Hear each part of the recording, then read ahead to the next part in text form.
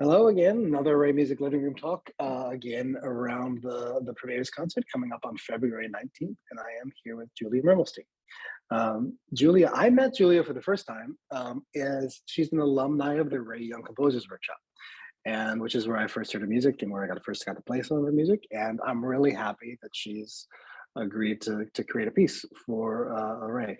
And she is one of the lucky composers who did not have to get her original plan scuppered for a second year in a row due to COVID. So the piece that she wrote for us was originally a solo piece for our clarinetist Colleen Cook. So yeah, we are able to proceed with your piece as planned, and I am so happy about that.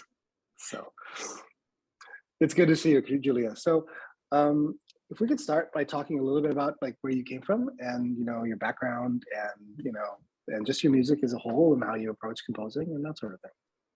Sure, yeah. So I'm originally from Halifax, but I'm now based in Toronto.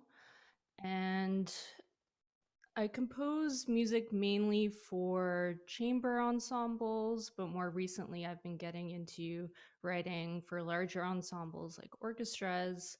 And I compose a lot with mixing electronics with acoustic instruments.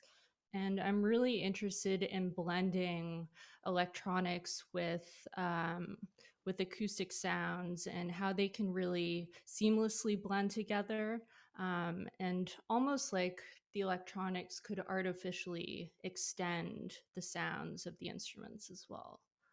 Um, I'm also really interested in interdisciplinary collaborations. So I do a lot of projects with dancers, composing music with choreographers, and also exploring choreography myself in my chamber music too. Um, so getting musicians to think To about their move, fit and move in the space. which is hard for us sometimes. I mean, percussionists we're kind of forced into it, to a certain extent. But I mean, I think for especially for the other instrumentalists who are really used to sitting in one place, Yeah. it's hard, and it's a special kind of there's certain composers who have really mastered the ability to communicate what they want with musicians and in a way that makes us feel comfortable and are able to do it. It's really interesting when that's really successful. Yeah, it's a fun challenge. Yeah, Fun definitely. challenge. It's really fun to kind of explore and tweak choreography with musicians and like Mhm. what they're comfortable with in their own bodies, and how can I get them to that point and Mhm. feel comfortable and seamless with playing the music at the same time, but also being aware of their physical presence. Yeah. Yeah. So, what is that something that's always been an interest for you, or did something sort of happen to bring you down that road? Well, I have a background in dance. Okay. I studied ballet like really extensively growing up. Mhm. Um, and I've always like really wanted to keep exploring dance in different ways, but I obviously chose music as my career path. um, Mhm. but it's always stayed really close to me. Um, and I started collaborating with some dancers like early on in my undergrad, and thinking more about how can I write music for for dance productions. And then that kind of started me thinking about uh, maybe exploring choreography myself. Like I even choreographed a short like um, ballet ballet piece with a collaborator in Montreal. So I composed the music and choreographed Mhm. it with professional dancers, and that was a pretty eye-opening experience, and just doing more of that in different ways. Yeah. That's great. So I mean, I don't, and I don't recall there being specific motions built into the clarinet piece. No, Um, not this piece. No. but I'm curious, like if you're building a piece like that from scratch, like how much, what is your process like? Like, does does one does one idea drive the other? You know what I mean? Is there a physical like a physical concept that you might want to explore with more of a sound? Like how does it how do like what leads does one lead more than the other does, or does it tend to come at this simultaneously? It kind of depends on the piece and the collaborator I'm working Mm, with. But sometimes like inspiration around like a physical movement comes to mind first. So like thinking about like unwinding, like the movement of like something unwinding mhm, maybe comes to mind. And then how do I think about that like physical concept with within sound, or even thinking about how that could relate to the musician's way of handling their physicality while playing those kinds of gestures. So sometimes it starts from like a more physical, like choreographic idea, but sometimes it starts out more from like a musical idea, and then maybe it kind of progresses into, oh, what does this mean in a physical form? mhm. That's really interesting.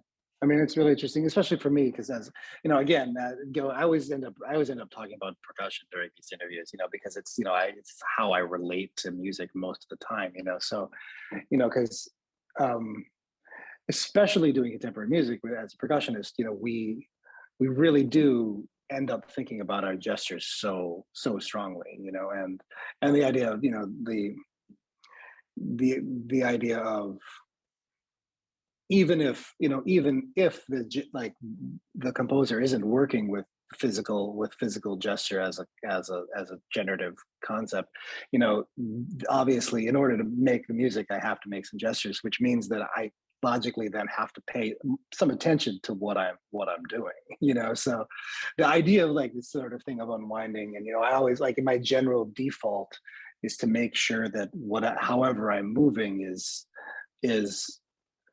try to eliminate movement that doesn't reproduce itself in sound in some capacity Mm. as my default, you know. And if something, if I need to add something to that, that's one thing. But I'm always trying to stay that most of my gestures are directly relating to sound in some capacity, you know. Which I think other instrumentalists do too. It's just because our movements are bigger, it's just more obvious. You know, it's a different sort of thing. Yeah. Um, And sometimes I really like exploring like what happens um when those physical gestures of just creating, say, like an up bow or a down bow, what mm, happens when mhm. it's bigger Yeah, yeah, and yeah, actually physically do to make that sound. yeah. Yeah. You know, and some of my favorite like memorable concert experiences as a listener are when things break the rules. You know, it's always really interesting, and then some of it is completely unintentional. Like there's a there's a I am gonna forget who the composer is. An Austrian composer. It's not Beafure. It's somebody else. It might be Beaf. Anyway, he's got a piece for two electronic keyboards, Mm. and but they're changing patches. It's microtonal, and they're changing patches the whole time. So it's changing, but it's not different sounds. It's really just change different microtonal tunings. And there are times when both keyboardists, so there's like a huge downward gesture, and the keyboardist will be going, and it keeps, they're moving up, but the pitch keeps going down because they're switching patches.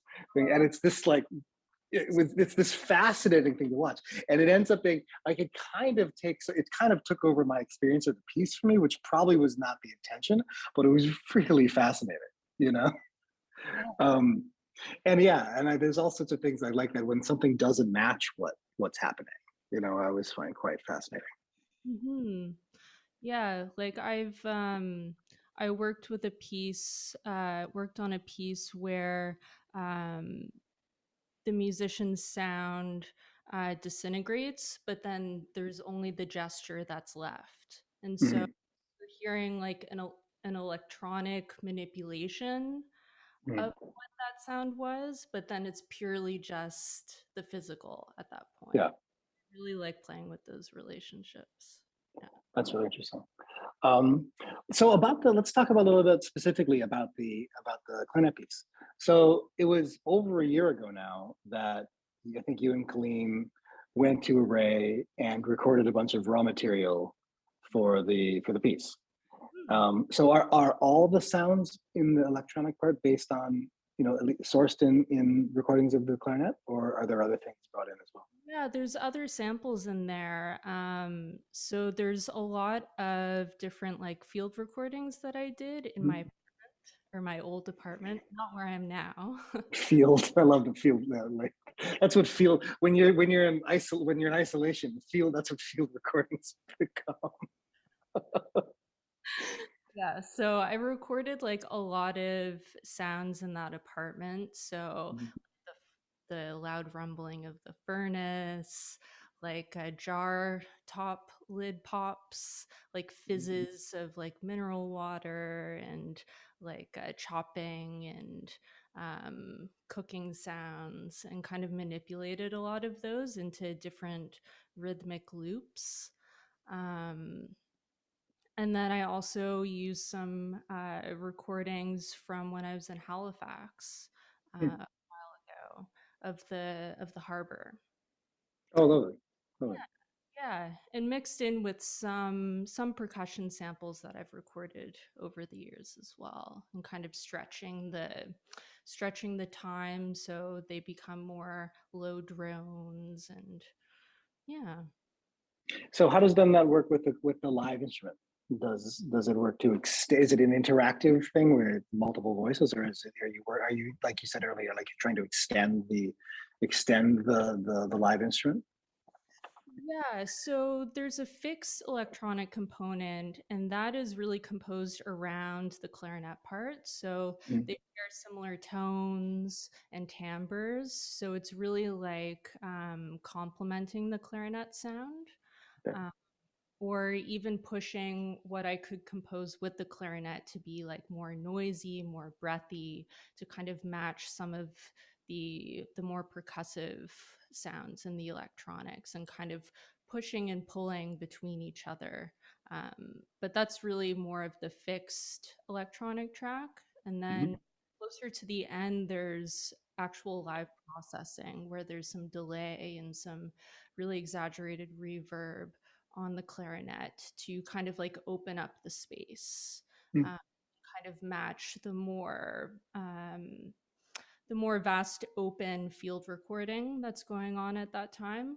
So there's kind of like two contrasting moments with the electronics, really upfront and close sounds, and then this more gradual opening of the space. And so the piece is titled Capsule. Um, and I mean, I sort of feel like, we're all in our little capsule these days and have been. I mean, is that relating to what you're feeling with the piece?